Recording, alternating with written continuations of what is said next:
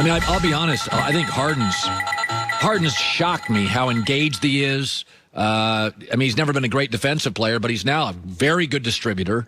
The culture is very unselfish. This Kyrie story is, at some point, you just have to come to terms with what people are. I've said this. Kevin Durant's brittle. Anthony Davis is brittle. Kyrie is inconsistent. And when I hear that story, I think this is kind of, if you're trying to redefine him, couldn't I just make the argument that Kyrie's going to have 4 or 5 of these a year, right? Like he's got a family matter to tend to. When I first saw that he was going to be off and not knowing it was a family issue, I wanted to go off. I was ready to be like, this is ridiculous, because in the past 2 or 3 weeks, we've seen Kyrie just take a day off. I mean, they've put an injury on it, but I've been like, okay, he'll be back for the next game and he'll drop 35. And that's what he does because he's not hurt. So he's taking these games off, and I felt like they need to play as much as possible together. They don't need to be taking rest days, but it's a family matter. I know Kyrie's family. His dad's a great guy. So I'm going to, give him the benefit of the doubt. They got to deal with something for the family. But that is one of the only question marks you could have about the Nets is Kyrie's mental state. Because a few, months ago when he took that 2-week hiatus or whatever you want to call it, that wasn't all family related. Some of it perhaps, but some of it was, him being upset about what happened in D.C. So those are, I hope Kyrie can remain engaged and steady throughout the entire season. I hope that he's fine playing off the ball most of the time and letting James Harden be the quarterback and point guard, because that's when they're at their best. That's one of the few questions. If Kyrie stays engaged mentally, I don't know who's stopping him once Durant gets back. Yeah, it's really interesting with James Harden, who, again, I used to think was kind of disengaged and selfish. When I look at James Harden now, I'm like, well, I don't trust KD's health, and Kyrie's missing more games. James Harden has come out of this thing, and I'm like, he's the heart and soul of the team. He feels very much to me like Steph Curry. I don't love him on the defensive end, but if there's injuries, if there's stuff, you could always trust Steph. Steph would always kind of bring it together. I kind of think Harden's become that. I really do think he's the heart and soul of the team right now. I really do. Well, first of all, on the court, Colin, he is playing the point guard position. Some of the best point guard play we've seen ever. And I meant to say that, ever, not just right now. He is playing some of the best point guard that we've ever seen. He's being unselfish. He's not over dribbling. The ball is moving. Oh, and when you need him to, he'll give you 40. He is awesome. And I knew he had these skills. We saw him in Oklahoma City, when he was a young kid there with Durant and Westbrook. And you kind of saw him in Houston early on. And then when D'Antoni got there, he just became this scoring machine.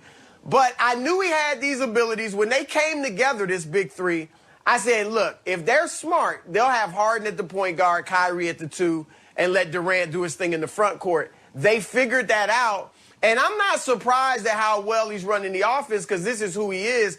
And to your point, the unselfishness has become contagious. That ball is moving. Yep.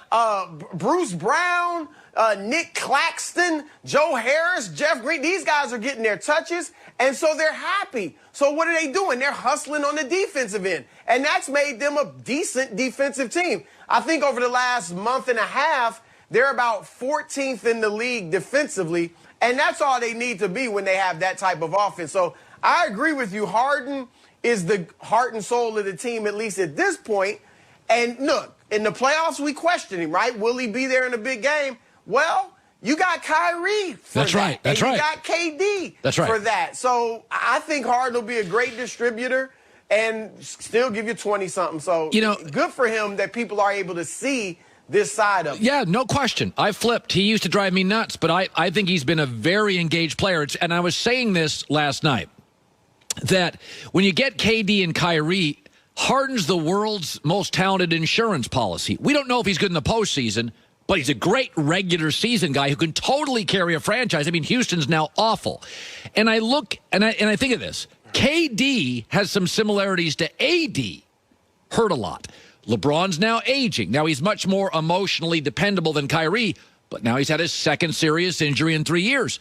And it makes me think the Lakers need to go out and get a third star, because we know if you get into the playoffs with LeBron, you're going to be fine.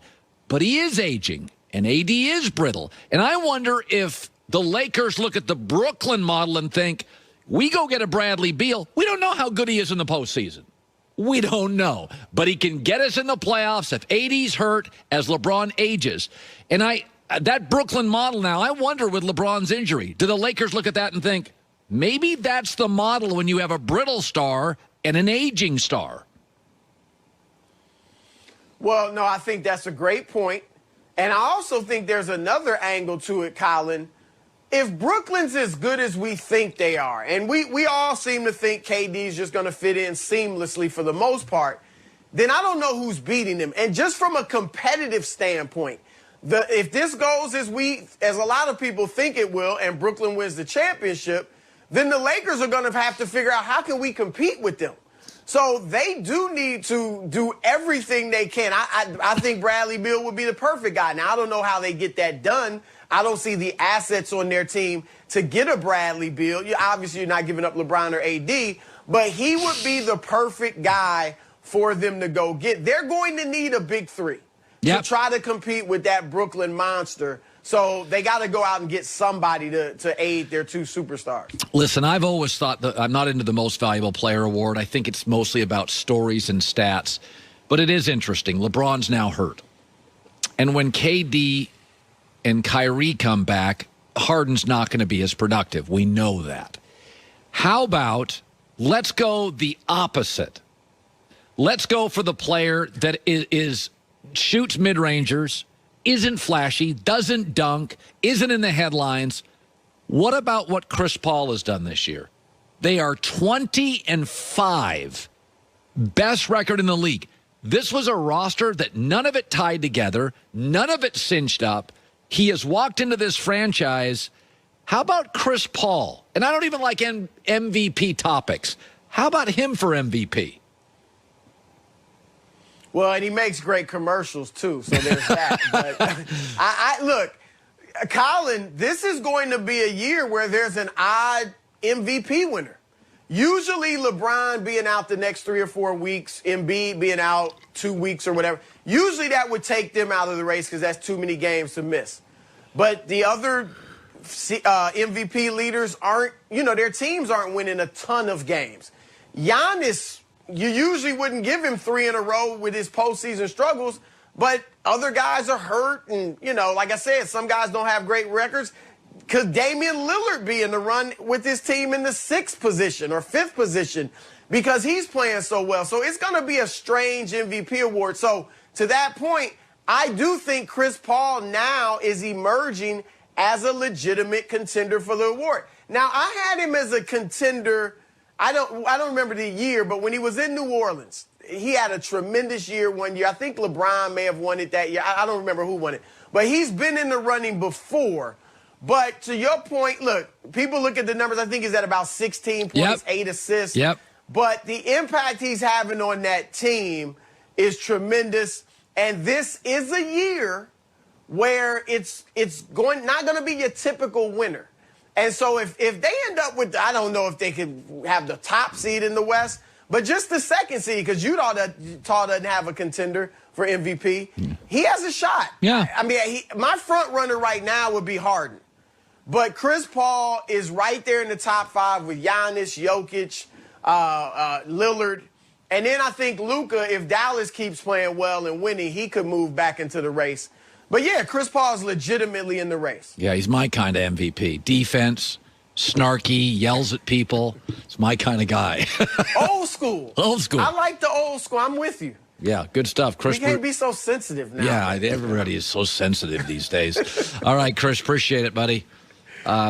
Check out the How We Reach coaching tool. It's a free app you can download at reach.gov. You'll find steps everybody could take to prevent suicide. Reach for support. Reach for those who need help. Download the How We Reach app at reach.gov today. A serious matter. Enjoy Taylor with the news. No.